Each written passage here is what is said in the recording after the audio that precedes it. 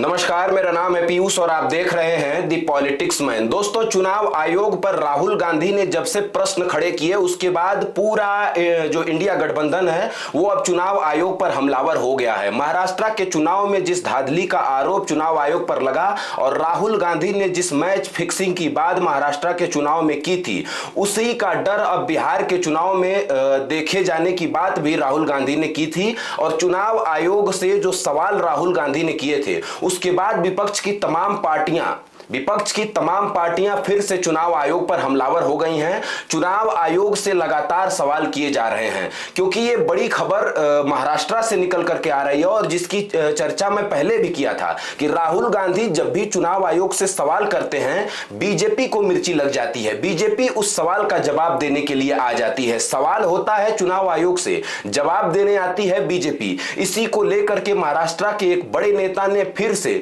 चुनाव आयोग को घेरने का काम किया और जिस तरह से धांधली की गई चुनाव में महाराष्ट्र के, उसको भी लेकर के नाराजगी और उसको भी लेकर के बड़ी बात महाराष्ट्र के इस बड़े नेता संजय राउत ने की है। संजय राउत ने क्या बोला है चुनाव आयोग को लेकर के और बीजेपी को कैसे लपेटा है, इस बात का जिक्र आज के इस वीडियो में होगा।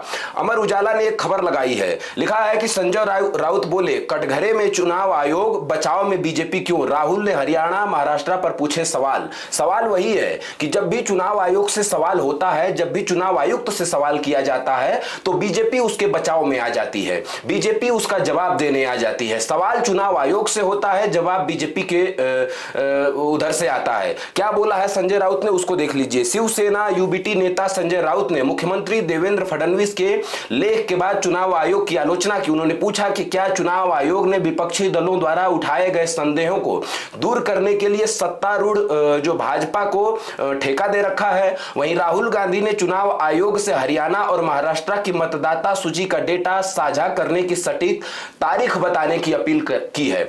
मैं लगातार इस बात का जिक्र कर रहा हूं कि विपक्ष लगातार ये चाह रहा है कि बिहार का जो चुनाव है उसको ईवीएम से कराए जाने से रोका जाए। विपक्ष पूरी तरह से चाह रहा है कि बैलेट पेपर से अगर चुनाव होगा तो बिहार का रिजल्ट कुछ और होगा। महाराष्ट्र के चुनाव की धांधली को लेकर के राहुल गांधी ने जो चिंता जाहिर की थी, राहुल गांधी का जो आर्टिकल आया और उस आर्टिकल के बाद लगातार जो ट्वीट आए उससे चुनाव आयोग घबरा गया। उससे चुनाव आयोग से ज्यादा बीजेपी के लोग घबरा गए। बीजेपी को अंदेशा हो गया कि यह जो चुनाव आयोग को लेकर के विपक्षी दलों का जो आंदोलन है अगर वो बड़ा रूप लेता है तो बीजेपी किस तरह से फंस जाएगी और किस तरह से तमाम प्रदेशों में जहां वो धांधली करके चुनाव जीतती है वहां पर उसका वो गेम नहीं चल पाएगा। इसलिए बीजेपी लगातार चुनाव आयोग के बचाव में आ रही है और चुनाव आयोग से जो सवाल हो रहे हैं उसका जवाब बीजेपी की ओर से आ रहा है।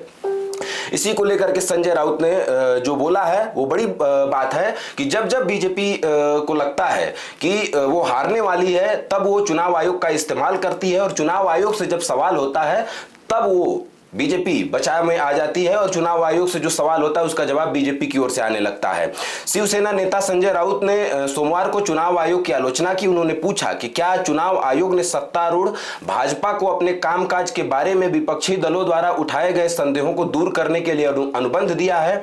वहीं कांग्रेस नेता राहुल गांधी ने चुनाव आयोग द्वारा हरियाणा और महाराष्ट्र की मतदाता सूची का डेटा साझा करने के फैसले की सराहना की। राहुल गांधी ने जो सवाल किया था चुनाव आयोग को लेकर के, चुनाव आयोग को राहुल गांधी के सामने झुकना पड़ा। चुनाव आयोग ने यह स्वीकार किया कि वो महाराष्ट्र और हरियाणा के मतदाता सूची का जो डेटा है वो राहुल गांधी या विपक्ष की जो कांग्रेस पार्टी है उसको सौंपेगा। लेकिन राहुल गांधी का उस पर भी सवाल था कि कब तक आप सौंपेंगे, तारीख बताइए कि कब तक वो डेटा हमको आप सौंपेंगे।